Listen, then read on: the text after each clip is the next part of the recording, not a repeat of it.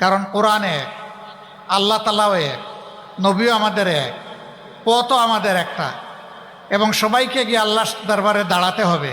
তারপরে একটা ঠিকানা যেটা পাই, ওটাও আমাদের সকলের কমন চাওয়া, আল্লাহর জান্নাত। কাজেই কথার কোনো ভিন্নতা এখানে থাকবে না ইনশাআল্লাহ। এই বাংলাদেশ আমাদের প্রিয় জন্মভূমি, আল্লাহ তাআলার দান। পৃথিবীর কিছু দেশ আল্লাহ তাআলা আমাকে ঘুরানোর তৌফিক দিয়েছেন। এমন বরকতময় দেশ পৃথিবীতে খুব কমই আছে, যে দেশের মাটির উপর সবুজ, মাটির নিচে অফুরন্ত খনিজ সম্পদ এবং অন্যান্য মূল্যবান সম্পদ, পানিতে সম্পদে ভরা, পানির নিচে সম্পদে ভরা। শুধু একটা সম্পদের অভাবে আমাদের দেশ হামাগুড়ি খাচ্ছে।